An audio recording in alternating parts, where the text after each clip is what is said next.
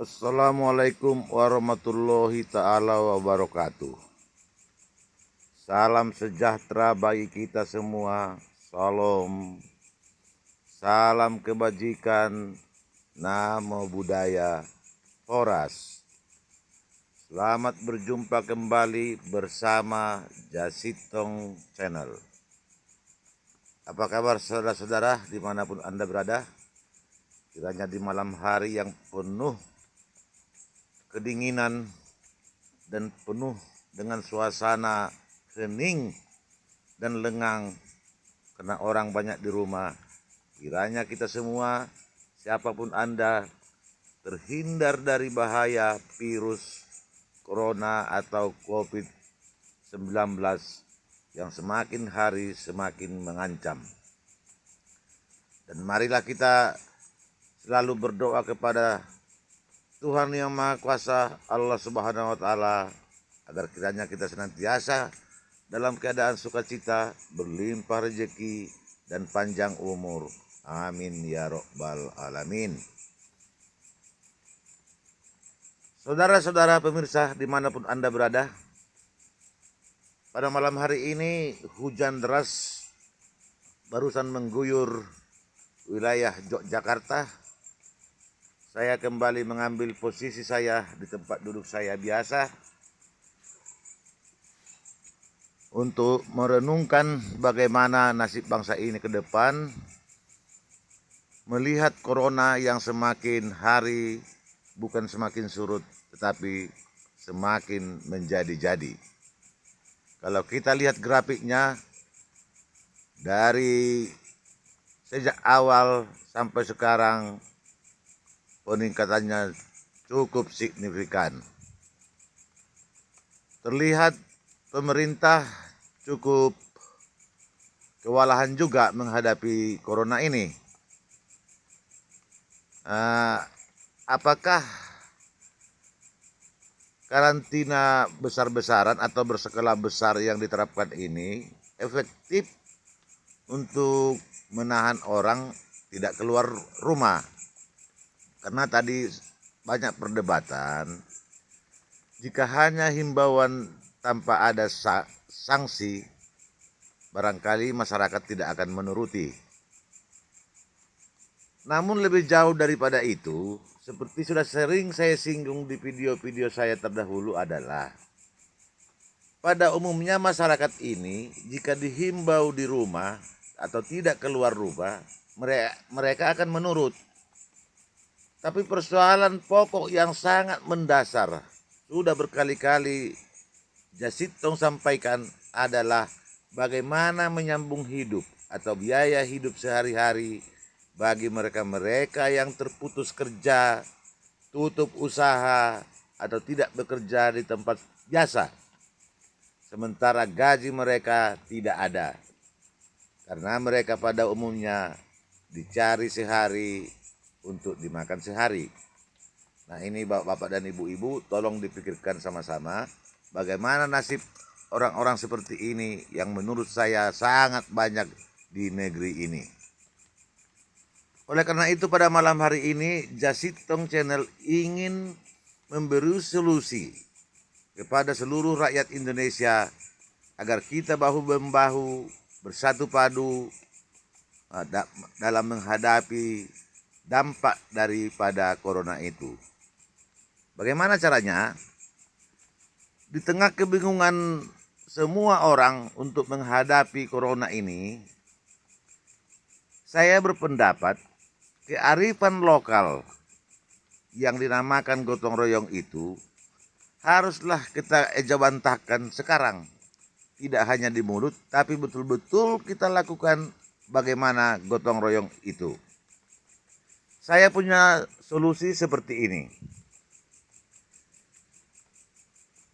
Jika masing-masing RT mendata warganya, berapakah kira-kira yang mampu, berapa yang setengah mampu, berapa yang sangat mampu, dan sebagainya. Tentu dari setiap warga ada saja orang mampu atau orang yang berlebih di satu RT itu. Ada mungkin yang setengah, ada mungkin yang memang di bawah. Jadi Solusi yang hendak saya sampaikan adalah seperti begini. Katakanlah satu RT misalnya ada 40 kepala keluarga. Dari 40 kepala keluarga ini dibuat mungkin kategori. Katakanlah misalkan ada 10 kakak yang berpenghasilan cukup tinggi. Atau katakanlah ya orang kaya. Ya bisa jadi punya perusahaan, bisa punya kos-kosan yang banyak, bisa punya usaha yang menghasilkan uang lumayan atau apalah. Pokoknya dia di RT itu dikenal sebagai orang yang punya. Jadi jika kita mau sadar untuk gotong royong, katakanlah satu orang mampu membantu 2 atau 3 orang yang tidak mampu. Jadi bapak dan ibu-ibu, jika seandainya di satu kampung atau di satu RT ada 40 kakak, dari yang mampu ada 10, tentu jika dibagi untuk menanggulangi biaya hidup mereka sehari-hari, tentunya hanya kebagian 4 kakak per 1 orang. Jadi di samping menunggu bantuan-bantuan yang datang dari luar yang kita tidak tahu kapan dan berapa lama ini, sementara kebutuhan hidup, kebutuhan perut ini mendesak setiap menit, saya berpikir terbukalah hati para orang-orang punya ini untuk membantu tetangga atau saudara-saudaranya yang menderita di masa-masa darurat corona ini. Jadi Pak RT dan tokoh-tokoh masyarakat berkumpul. Mereka membicarakan dan membuat pembagian-pembagian di kampung itu. Siapakah orang-orang yang dianggap mampu atau secara rezeki atau penghasilan dianggap berlebih.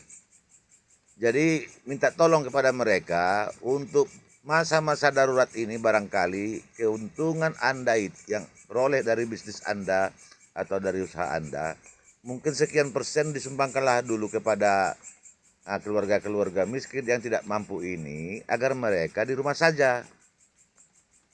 Selama itu tidak ada, saya yakin mereka ini akan keluyuran kemana-mana mencari sesuap nasi atau mencari nafkah apapun caranya.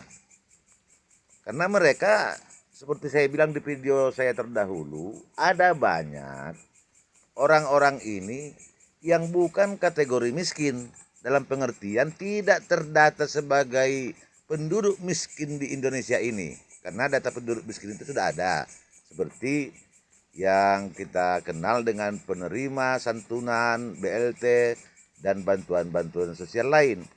Mereka-mereka ini tidak termasuk itu, karena memang mereka tidak miskin jika seandainya normal. Katakanlah dia masih punya rumah, dia masih punya sepeda motor atau bahkan mobil dan lain-lain, TV yang besar-besar atau apapun, dia masih punya. Tapi masalahnya dia tidak punya uang, Pak. Ini persoalan. Tak mungkin dia akan menjual sepeda motor atau sepeda ontelnya hanya untuk membeli sekilo beras atau sekilo telur atau minyak goreng, bukan? Itu tidak mungkin dilakukan. Jika itu dilakukan, nanti dia lebih miskin daripada yang miskin lagi setelah corona ini selesai. Jadi yang ingin saya himbau adalah bahwa masyarakat yang tidak tercover, tidak terdaftar, tidak tercatat sebagai orang miskin di lembaga-lembaga negara, tetapi karena corona ini dia mendadak miskin, mendadak tidak punya uang, tentu ini kan masalah. Kemana dia harus mengadu? Siapa yang harus menyantuni dia? Siapa yang memberi dia? Syukur kalau ada yang istilahnya ringan tangan membantu secara sporadis, itu bagus. Tetapi kan tidak bisa diharapkan, Pak. Karena perut manusia itu harus diisi minimal 3 kali 1 hari. Jadi kalau bantuan spontanitas yang datang, misal katakanlah mengantar nasi bungkus seminggu sekali, itu pun tidak teratur. Ya, saya kira percuma saja itu. Jadi saran saya kepada pemerintah, mari kita selamatkan rakyat ini dari ancaman corona, khususnya dampaknya ini, dengan memulai dari RT atau rukun tetangga atau rukun warga masing-masing dimanapun Anda berada. Mari kita data orang-orang mampu di RT atau di RW itu, dan mereka inilah yang kita harapkan untuk mensubsidi silang kepada warga-warga yang tidak mampu di saat-saat darurat corona ini. Saudara-saudara, seandainya di satu RT itu kebetulan tidak punya orang yang mampu, barangkali di RT sebelah berlebih, itu pun bisa diakumulasikan ke sana. Jadi banyak cara yang bisa ditempuh. Jadi saudara-saudara, dimanapun Anda berada yang mendengar dan menyimak video ini, saya menyarankan segala fasilitas yang Anda miliki. Wahai orang-orang yang punya, pada saat masa-masa corona ini tolonglah Anda berbagi, tolonglah Anda menyantuni, tolonglah Anda peduli kepada sesama. Satu contoh yang kecil, saya sudah menulis di berbagai grup. Bagi Anda yang mempunyai sambungan WiFi, Anda kan selama ini menghabiskan paketan WiFi itu barangkali tidak habis karena ada paketan no limit. Dipakai berapapun satu bulannya itu tidak habis. Alangkah baiknya Anda sekarang memberi nomor atau passwordnya kepada tetangga Anda yang tidak mampu tadi. Jadi mereka ada beberapa orang mungkin di lingkungan Anda bisa menikmati juga fasilitas WiFi itu agar mereka tidak terbebani memberi paketan untuk handphonenya. Karena kita harus sadar, handphone inilah satu-satunya sekarang hiburan buat mereka-mereka yang di rumah saja. Jika sudah HP tidak bisa digunakan, apalagi disuruh di rumah, betapa sedihnya. Coba bayangkan, duduk sendiri, tidak punya kerjaan, HP pun tidak bisa digunakan. Tentu tidak efektif. Tidak tidak ada penghiburan. Oleh karena itu, bapak dan ibu-ibu, siapapun Anda yang merasa punya, marilah kita mulai dari RT kita masing-masing. Mari kita data warga kita yang tidak mampu ada berapa, yang mampu ada berapa. Inilah yang bekerja untuk menyelamatkan RT masing-masing. Jika semua RT melakukan itu di seluruh Indonesia, saya percaya karantina diri atau di rumah saja atau hashtag di rumah saja akan berhasil. Tapi sepanjang biaya hidup mereka-mereka yang tidak tercover atau tidak tercatat ini tidak diperhatikan, saya yakin mereka akan berkeliaran setiap malam, bahkan cenderung nanti terjadi anarkis. Jika mereka sudah kepepet kelaparan tetapi tidak punya apa-apa, mereka akan cenderung melakukan hal-hal yang tidak diinginkan. Semoga itu tidak terjadi. Oleh karena itu, kesimpulan saya untuk mengatasi masalah dampak corona terhadap ekonomi atau terhadap kebutuhan masyarakat, mari kita gotong royong dari hati yang lembut dalam, ikhlas menyantuni, memberi bantuan,